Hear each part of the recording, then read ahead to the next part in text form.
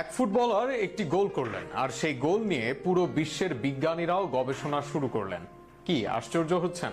আশ্চর্য হবারই কথা। যদিও ফুটবল নিয়ে বিজ্ঞানীদের কোনো মাথা ব্যথা নেই, তবে বিজ্ঞান আছে সবকিছুতেই। বুলেট ম্যান খ্যাত রবার্তো কার্লোস করেছিলেন সেই অবাক করা গোল।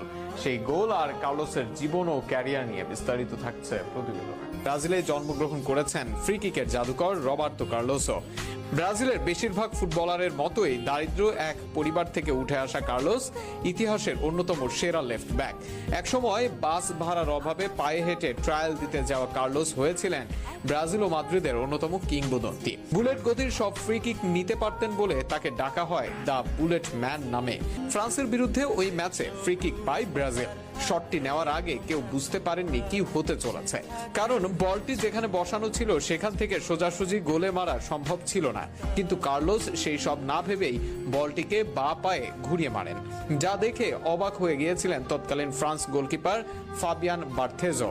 দেখে মনে হয়েছিল বলটি কর্নার ফ্ল্যাগের দিকে যাবে, কিন্তু সবাইকে অবাক করে বলটি বিপরীত দিকে ঘুরে পোস্টের গা ঘেঁষে গোলে